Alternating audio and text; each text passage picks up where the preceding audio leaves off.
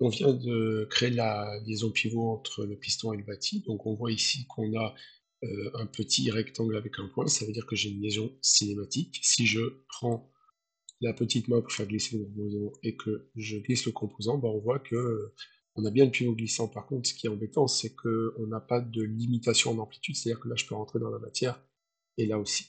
Donc pour ça, en fait, on va aller, on va dire, améliorer notre définition du pivot glissant. Donc là, on va faire OK, on va fermer. Ensuite, on va aller dans le sous-ensemble, on va rééditer, on va retrouver notre pivot glissant, mais on voit que là, on peut limiter des choses avec axe de translation et axe de rotation. Alors, axe de rotation, je ne vais pas limiter la rotation, encore que je pourrais, mais je vais prendre axe de translation. Et en fait, dans axe de translation, eh bien, je vais pouvoir définir où est le zéro de la translation. Alors, je vais sélectionner par exemple un plan ici, donc c'est le plan du bâti, et le plan du piston ici. Voilà. Et là, on voit qu'il me l'a orienté dans les négatifs. Et là, on voit que quand je le bouge, maintenant, il y a une valeur. Donc ici, il faut bien que je regarde comment ça marche. Donc ici, évidemment, je vais aller à 0. Ça, c'est une des butées. Et dans l'autre sens, eh bien, il va falloir que je rentre une valeur. Donc je vais déjà rentrer la valeur 0. Mais attention, ici, la valeur, quand ça remonte, c'est une valeur négative. Donc il faut que ma valeur maximum soit de 0. Donc ici, je rentre 0,